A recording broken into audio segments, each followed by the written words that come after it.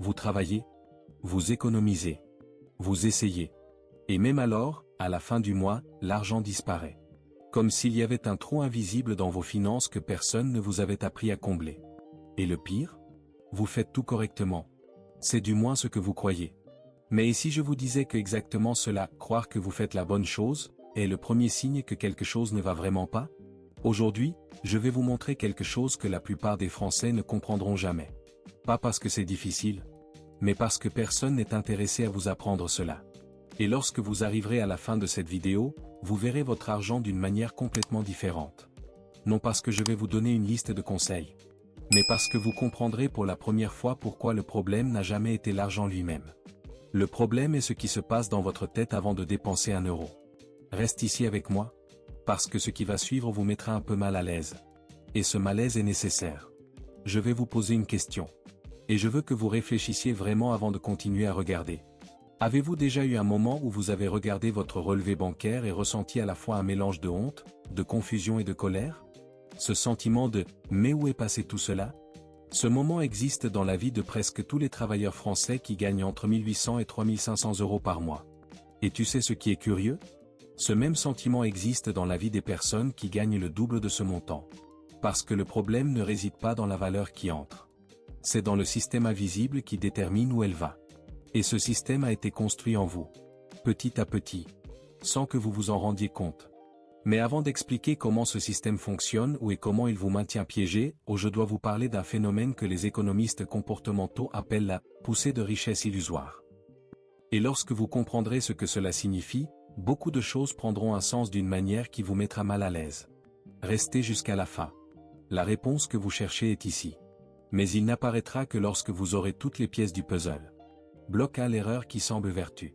Je vais commencer par quelque chose qui va à l'encontre de tout ce que vous avez appris sur l'argent. Économiser de l'argent n'est pas la même chose qu'accumuler de la richesse. Relisez-le. Économiser de l'argent n'est pas la même chose qu'accumuler de la richesse. Cela semble évident quand je le dis comme ça. Mais dans la pratique, la plupart des gens confondent complètement les deux choses. Et cette confusion coûte en moyenne des dizaines de milliers d'euros au cours d'une vie. Réfléchissez avec moi. Vous travaillez, vous économisez 2 cents, 300 euros par mois sur votre compte épargne. Vous vous sentez bien? Vous avez l'impression de progresser. Et c'est exactement là que le problème commence. Parce que ce sentiment de progrès, ce soulagement d'avoir quelque chose de sauvé, active un mécanisme psychologique dont la plupart des gens ignorent. Les psychologues appellent cela « licence morale ». Cela fonctionne comme ceci. Lorsque vous faites quelque chose que vous percevez comme une vertu, économiser de l'argent, par exemple, votre cerveau vous donne automatiquement la permission de compenser cela par un comportement opposé. Vous économisez 300 euros et vous vous sentez inconsciemment autorisé à dépenser 150 euros pour quelque chose qui n'était pas prévu. Parce que vous le méritez. Parce que vous étiez déjà responsable. Ce n'est pas une faiblesse de caractère. C'est de la neurologie. Et qu'est-ce que cela crée? Un cycle où vous économisez et dépensez en même temps.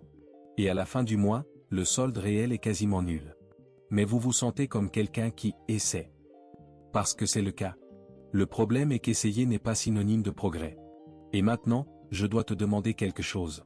Connaissez-vous quelqu'un comme ça? Quelqu'un qui dit tout le temps qu'il économise, qu'il fait attention, mais qui ne semble jamais avoir réellement accumulé quoi que ce soit de solide? Écrivez dans les commentaires. Car il y a de très fortes chances que ce que vous verrez là-bas soit un miroir. Mais il y a quelque chose d'encore plus subtil que cela. Et c'est ce que je vais vous montrer maintenant. Il existe une illusion que le système financier français, et pas seulement français, entretient magistralement. Et cette illusion est si bien construite que vous vivez probablement à l'intérieur en ce moment. Cela a un nom, la consommation identitaire. Vous n'achetez pas de produits. Vous achetez des versions de qui vous voulez être. Et le marché le sait mieux que vous. Lorsque vous entrez dans un magasin de vêtements à Paris, que vous parcourez le site internet d'une marque d'électronique ou que vous envisagez de changer de voiture, vous n'évaluez pas ce produit de manière rationnelle. Vous évaluez ce que ce produit dit sur qui vous êtes. Ou plutôt, sur qui vous voulez que les autres croient que vous êtes. Et c'est là que réside le problème. Car lorsque l'achat est une déclaration d'identité, le prix n'est plus le critère principal. Le critère principal devient, est-ce que cela représente qui je suis? Et lorsque la réponse est oui, la dépense se fait sentir. Quel que soit le compte bancaire. Laissez-moi vous donner un exemple concret. Un homme de 34 ans à Lyon. Fonctionne avec le technicien informatique, gagne environ 2800 € par mois. Paie un loyer, a un enfant, supporte les dépenses normales de la vie. Et il a une dette de 4200 € sur une carte de crédit qu'il ne pourra jamais rembourser. Quand vous regardez sa déclaration, vous ne voyez pas de luxe évident. On voit des dîners au restaurant qui a le mérite, parce que ça a été une semaine difficile. Vous voyez des vêtements de marque achetés en solde qui constituaient une bonne opportunité. Vous envisagez des voyages de week-end parce que la vie ne peut pas se résumer uniquement au travail. Tout cela semble raisonnable. Tout cela semble juste. Mais au total, il y a 600, 700 € par mois qui sortent sans planification, motivés par le besoin de ressentir d'une certaine manière. Pas à cause du réel besoin du produit. Cet homme existe. Et vous le connaissez probablement. Ou alors tu es lui. Et avant de penser que c'est un jugement, ce n'est pas le cas. C'est un diagnostic. Car comprendre le mécanisme est la première étape pour en sortir. Mais maintenant je dois vous raconter la partie dont personne ne parle. La partie qui vous mettra vraiment mal à l'aise pendant quelques secondes. Ce comportement n'est pas un hasard. Il a été conçu. Savez-vous combien d'heures par semaine un Français moyen passe exposé à la publicité? Entre la télévision, les réseaux sociaux, la publicité dans la rue, dans le métro, sur les podcasts, sur les plateformes de streaming, il y a environ 4 à 6 heures d'exposition par jour à des messages associant les produits à des émotions, un statut et une identité positifs. 4 à 6 heures par jour. Et savez-vous combien d'heures par semaine le système éducatif français consacre à une véritable éducation financière? Comprendre comment fonctionne l'argent, comment le comportement affecte les finances, comment fonctionne la consommation émotionnelle. Pratiquement aucun. Ce n'est pas une coïncidence. Vous avez été formé à consommer bien avant d'être formé à accumuler. Et le résultat de tout cela est une génération entière de personnes travailleuses, intelligentes et responsables qui arrivent à la fin de chaque mois sans comprendre où est passé l'argent. Et écoutez, je ne dis pas cela pour créer l'indignation. Je dis cela parce que comprendre que le jeu est organisé d'une certaine manière est la seule manière de jouer différemment. Parce que tant que vous penserez que le problème vient de votre discipline, vous continuerez à essayer de vous forcer à changer de comportement. Et cela échouera. À plusieurs reprises. Parce que la discipline ne fonctionne pas contre des systèmes qui ont été construits pendant des décennies pour battre exactement votre discipline. Ce qui marche, c'est autre chose. Et j'y arriverai. Mais d'abord, il y a un détail qui change tout. Et c'est quelque chose que les économistes comportementaux ont découvert il y a moins de 30 ans. Une découverte qui explique pourquoi les gens intelligents prennent systématiquement des décisions financières stupides. Restez avec moi. Parce que c'est le cœur de tout. En 2002, un psychologue israélien nommé Daniel Kahneman a remporté le prix Nobel d'économie. Pas en découvrant comment fonctionnent les marchés. Mais pour prouver que les êtres humains sont fondamentalement irrationnels dans leurs décisions économiques. Et l'une de ces découvertes les plus importantes porte un nom simple, l'aversion aux pertes. Cela fonctionne ainsi, votre cerveau ressent la douleur de perdre 100 € environ 2 fois plus intensément que le plaisir de gagner 100 €. Pensez à ce que cela signifie dans la pratique. Lorsque vous avez l'opportunité d'investir de l'argent dans quelque chose qui peut croître avec le temps, votre cerveau ne calcule pas le gain potentiel de manière neutre. Cela amplifie la peur de la perte. Il vous donne l'impression que perdre cet argent serait une catastrophe. Même si la probabilité de croissance est bien supérieure à la probabilité de perte. Et puis que se passe-t-il? Vous n'investissez pas. Vous gardez l'argent en stationnement. Ou vous dépensez, car au moins le plaisir de consommer est garanti. C'est l'aversion aux pertes en action. Et c'est la raison pour laquelle tant de Français laissent leur argent sur le livret A, gagnant 3% par an, alors que l'inflation érode le pouvoir d'achat. Non pas parce que c'est la meilleure décision mathématique, mais parce que toucher cet argent déclenche la peur. Et le cerveau préfère le confort du statu quo à la possibilité de croissance. Mais vient maintenant la partie qui compte vraiment. Si vous regardez cette vidéo en ce moment, vous avez probablement déjà essayé de changer. Vous avez essayé de créer des feuilles de calcul, vous avez essayé de réduire vos dépenses, vous avez lu un article sur les finances personnelles. Et pourtant, vous y êtes. Cela ne veut pas dire que vous êtes irresponsable. Cela signifie que vous utilisez les mauvais outils pour résoudre le bon problème. Et c'est exactement le moment où je te demande quelque chose. Si cette vidéo vous semble pertinente, si vous vous reconnaissez dans l'une de ces situations, laissez un commentaire maintenant. Pas parce que j'ai besoin d'engagement. Mais parce qu'écrire sur ce que l'on ressent a un réel effet sur la façon dont notre cerveau traite l'information. C'est de la neuroscience fondamentale. L'extériorisation de la pensée crée une distance émotionnelle par rapport au problème. Et la distance émotionnelle est exactement ce dont vous avez besoin pour voir quoi et cela se produit clairement. Dites-moi, êtes-vous dans cette situation maintenant? Avez-vous l'impression de tout faire correctement mais que l'argent ne s'accumule jamais? Écrivez ci-dessous. Parce que j'ai lu les commentaires.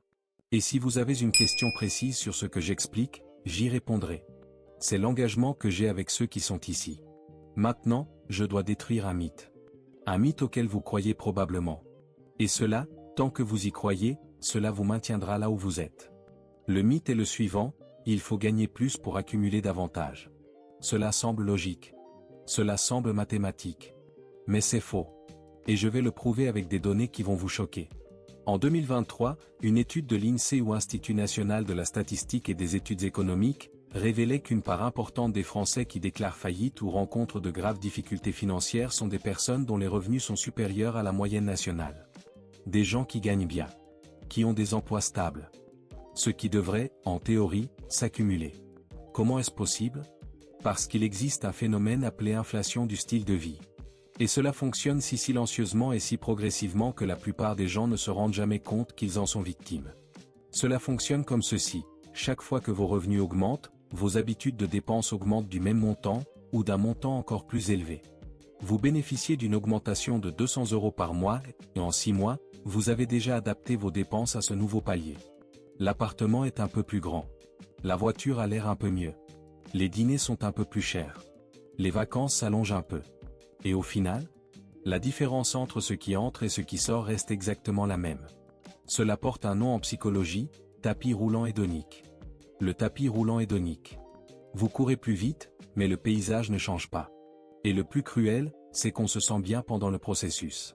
Chaque mise à niveau semble méritée. Chaque amélioration du style de vie est un progrès. Jusqu'à ce que vous regardiez en arrière les 5 dernières années et que vous réalisiez que, même si vous gagnez plus, vous gagnez à peu près la même chose qu'avant. Laissez-moi vous demander quelque chose de personnel maintenant. Et vous n'avez pas besoin de répondre à haute voix. Vous pouvez répondre par vous-même. Combien gagnez-vous il y a 5 ans? Et combien avez-vous économisé aujourd'hui, par rapport à ce que vous auriez pu économiser si vous aviez conservé les mêmes dépenses qu'il y a 5 ans? Ce chiffre, cet écart entre ce qui pourrait être et ce qui est ou est le coût réel du tapis roulant hédonique dans votre vie. Et si ce numéro vous dérange, tant mieux. Ce malaise est le début d'un véritable changement. Mais il y a quelque chose d'encore plus profond que cela. Et c'est ce qui se passera dans ce prochain bloc. Il existe une force qui opère chaque jour dans vos décisions financières. Et cette force n'est pas un manque de discipline. Ce n'est pas un manque d'information. Ce n'est pas le marché. Ce n'est pas le gouvernement. Ce n'est pas le système. Cette force a un nom, l'identité financière. Et c'est probablement la chose la plus importante que vous apprendrez aujourd'hui. Votre identité financière est la réponse automatique et inconsciente que votre cerveau donne à la question « Quel genre de personne qui a de l'argent suis-je » Et cette identité s'est formée bien avant que vous en ayez le contrôle. Il s'est formé dans son enfance. De la façon dont vos parents parlaient ou ne parlaient pas d'argent. Dans la façon dont l'argent était perçu dans sa famille, dans son quartier, dans sa culture. Si vous avez grandi dans une maison où les gens disaient des choses comme « l'argent ne dure pas », c'est comme ça que les gens sont riches, ça ne changera rien, nous ne sommes pas le genre de gens qui ont beaucoup, ces phrases ne sont pas restées dans le passé. Ils fonctionnent actuellement. Dans la façon dont vous prenez des décisions. Dans la façon dont vous réagissez lorsque le solde de votre compte augmente. De la manière dont vous sabotez inconsciemment vos propres progrès financiers. C'est ce qu'on appelle un scénario financier. Et les psychologues spécialisés dans le comportement et l'argent, comme Brad Klontz, qui a mené des recherches approfondies sur ce sujet, ont découvert que la plupart des problèmes financiers des adultes trouvent leur origine dans des scénarios formés avant l'âge de 10 ans. Pensez au poids de cela. Vous essayez de créer de la richesse avec des outils mentaux qui ont été créés il y a des décennies, dans un contexte complètement différent, par des personnes qui avaient leurs propres peurs et limites. Et le pire? Vous ne savez même pas quels sont vos scripts. Ils sont invisibles. Ils se déguisent en personnalité, valeurs, manière d'être. Mais je vais vous poser quelques questions qui vous aideront à identifier le vôtre. Lorsque vous recevez une somme d'argent inattendue, une prime, un héritage, peu importe, quelle est votre première impulsion? Dépenser? Sauvegarder? Le donner à quelqu'un? Vous sentez-vous coupable? Ressentez-vous de l'anxiété? Lorsque vous voyez quelqu'un afficher sa richesse sur les réseaux sociaux, quelle est votre réaction instinctive? Admiration? Envie? Méfiance? Jugement? Quand vous imaginez avoir beaucoup d'argent, vraiment beaucoup, pouvez-vous vous considérer comme cette personne? Ou y a-t-il une partie d'entre vous qui pensez, au fond, que ce n'est pas pour les gens comme vous? Ces réponses sont des fenêtres sur vos scripts. Et vos scripts sont l'architecture invisible de vos finances. Je vais maintenant vous dire quelque chose que peu d'experts ont le courage de dire clairement. Vous pouvez avoir toutes les informations du monde sur la finance. Vous pouvez tout savoir sur les investissements, sur la budgétisation, sur la diversification des actifs. Et reste toujours en prison. Parce que si votre identité financière, ce que vous croyez, au plus profond, sur qui vous êtes par rapport à l'argent ne change pas, les stratégies sont inutiles. C'est comme essayer de remplir une baignoire avec le robinet ouvert et le drain débouché en même temps. Et maintenant, je dois faire quelque chose. Parce que c'est le moment de la vidéo où la plupart des gens voudront faire une pause, traiter et peut-être ne pas revenir. Et je comprends cela. Ce à quoi nous jouons ici est inconfortable. Mais si vous êtes toujours là, c'est parce que vous avez l'impression d'avoir quelque chose de plus à comprendre. Et tu as raison. Si cette chaîne vous aide à voir des choses que vous n'avez jamais vues auparavant, pensez à vous abonner maintenant. Pas parce que j'ai besoin du numéro, mais parce que ce qui arrive dans les prochaines vidéos continue exactement là où celle-ci s'arrête. Et si vous partez maintenant sans vous inscrire, il y a de fortes chances que vous ne reveniez pas. Et puis vous manquerez la partie qui résout ce que je décris. Ce serait dommage, surtout après tout ce que vous avez absorbé jusqu'à présent. Cliquez sur le bouton. C'est une seconde. Et cela pourrait changer le sort de votre argent dans les années à venir. Nous sommes arrivés au point central. Le point que j'ai promis au début et qui sous-tend tout ce que vous avez regardé jusqu'à présent. Pourquoi n'accumulez-vous toujours pas d'argent même si vous essayez de faire le bon choix? La réponse comporte 3 niveaux. Et je vais vous donner les 3 maintenant. Première couche, vous optimisez pour la sensation, pas pour le résultat. L'être humain est une machine à sensations. Et le sentiment d'être responsable avec l'argent est aussi puissant, et aussi immédiat que le sentiment de dépenser. Lorsque vous créez une feuille de calcul, vous vous sentez bien. Lorsque vous recherchez des investissements, vous vous sentez bien.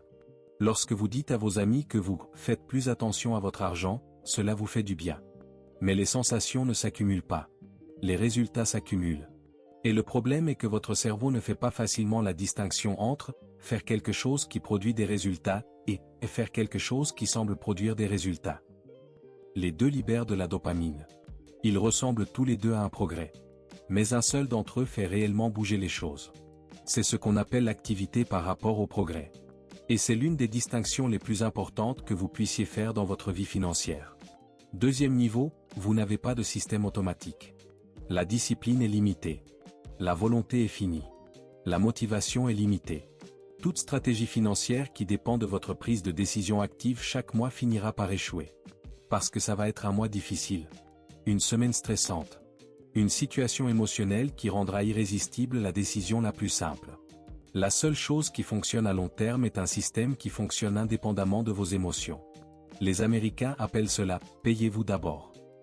Les Japonais l'appellent « ikigai financier ». En France, il existe le concept de virement automatique, mais la plupart des gens l'utilisent pour payer leurs factures, pas pour créer de la richesse. L'idée est simple, avant de voir l'argent, une partie de celui-ci a déjà été orientée vers un objectif de croissance. Automatiquement. Aucune décision. Aucune envie. Aucune discipline. Parce que lorsque vous retirez la décision de l'équation, vous éliminez également le risque émotionnel. Et voici le numéro qui va vous surprendre. Si un Français de 30 ans investit seulement 150 € par mois dans un placement dont le rendement moyen est de 7% par an, soit le rendement historique moyen des indices à long terme en Europe, il disposera d'environ 170 000 € à 60 ans. 150 € par mois, automatiquement. Le problème n'est pas la valeur. C'est l'absence du système. Troisième niveau, et c'est le plus important, vous n'avez pas de relation claire avec votre avenir. Les économistes comportementaux ont découvert quelque chose de fascinant. Lorsque vous essayez d'imaginer votre futur moi, vous dans la soixantaine où votre cerveau active les mêmes régions neuronales qu'il active lorsque vous pensez à un étranger. Littéralement. Votre futur moi, pour votre cerveau, une personne différente de vous. Et savez-vous ce que cela signifie en pratique? Que lorsque vous choisissez de dépenser maintenant au lieu d'épargner pour l'avenir, votre cerveau n'est pas irresponsable envers vous-même. Il est généreux envers vous et insouciant envers un étranger. Vous ne volez pas votre avenir. Vous volez quelqu'un que vous ne connaissez même pas. Et c'est pourquoi l'idée abstraite de « épargner pour la retraite » ne fonctionne pas sur le plan émotionnel. C'est trop loin. C'est trop impersonnel. Le plaisir d'aujourd'hui l'emportera toujours sur le plaisir abstrait d'un futur qui semble irréel. La solution à cela, ce n'est plus de la discipline. Cela rend votre avenir plus réel, plus concret, plus personnel. Comme? Question simple. À quoi voulez-vous que votre vie ressemble à 55 ans? Où vivras-tu? Qu'est-ce que tu vas faire? Quel genre d'expérience vivrez-vous? Combien cela coûte par mois? Lorsque vous transformez la retraite en une image concrète, un chiffre spécifique, un style de vie spécifique, où votre cerveau commence à traiter votre futur moi comme une personne réelle. Et puis, économiser de l'argent pour lui cesse d'être un sacrifice et commence à être un acte de soin. Cela semble simple. Mais l'impact comportemental de cette situation est énorme. Maintenant, je veux vous parler de quelque chose qui se produit lorsqu'une personne change vraiment sa relation avec l'argent. Pas le changement superficiel ou ni la nouvelle feuille de calcul, ni la nouvelle application, ni la résolution du nouvel an. Le vrai changement. Cela ne vient pas d'une stratégie. Cela vient d'une perception. C'est le moment où l'on cesse de considérer l'argent comme une ressource à consommer et où l'on commence à le voir comme une ressource qui représente la liberté de choix dans le futur. Permettez-moi d'expliquer cette distinction avec précision. Lorsque vous dépensez 80 € pour un dîner, et je ne dis pas que les dîners sont mauvais, où vous échangez cet argent contre une expérience de quelques heures. Arrêt complet. La transaction est terminée. Mais lorsque vous économisez ces 80 € et les dirigez vers un actif qui va croître avec le temps, vous n'abandonnez pas le dîner. Vous achetez quelque chose de bien plus précieux que le dîner. Vous achetez la possibilité de prendre des décisions dans le futur que vous ne pouvez pas prendre aujourd'hui. La possibilité de dire non à un travail qui vous opprime. La possibilité de prendre un mois de congé sans paniquer. La possibilité d'aider un enfant, un parent, quelqu'un que vous aimez, en cas de besoin. L'argent accumulé n'est pas une richesse. C'est la liberté emmagasinée. Et quand cette prise de conscience s'installe, quand on commence à considérer chaque euro économisé non pas comme une privation mais comme une acquisition de liberté, où le rapport à l'argent change complètement. Pas par volonté, mais en changeant de sens. Et c'est le tournant que je veux que vous reteniez de cette vidéo. Mais maintenant laissez-moi vous poser une dernière question. Et cette question est importante. Vous êtes arrivé jusqu'ici. Vous avez entendu tout cela. Vous vous êtes probablement reconnu dans au moins une des situations que j'ai décrites. Et maintenant, vous avez deux options. La première est de fermer cette vidéo, de sentir qu'elle était intéressante et de revenir à votre vie exactement comme elle était avant. Cela arrivera à la plupart des gens qui ont regardé jusqu'ici. Pas parce qu'ils sont paresseux ou irresponsables. Mais parce que l'information sans action ne change rien. Et parce que le confort du familier sera toujours plus fort que l'inconfort du changement. La deuxième option est de poser une question avec vous dans les prochains jours. Cette question est, cette décision sert-elle mon moi actuel ou mon moi futur? Il n'est pas nécessaire que ce soit radical. Il n'est pas nécessaire que ce soit dramatique. Vous devez juste être honnête. Parce que lorsque vous commencez à poser cette question de manière cohérente, dans les moments de décision où le comportement commence à changer. Pas par la force. Par conscience. J'ai ouvert cette vidéo avec une affirmation, vous faites tout correctement. Et c'est le premier signe que quelque chose ne va vraiment pas. Maintenant vous comprenez pourquoi. Pas parce que vous êtes irresponsable. Non pas parce que l'argent manque. Non pas parce que le système est impossible à battre. Mais parce que personne ne vous a appris la différence entre paraître responsable et être stratégique.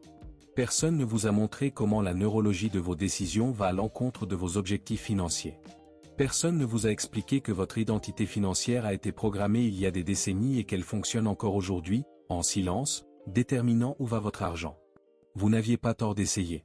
Vous avez essayé avec les mauvais outils. Et le changement commence ici. Avec la reconnaissance que le problème n'est pas externe. C'est interne. Et que les problèmes internes ont des solutions internes, mais seulement lorsque vous savez où chercher.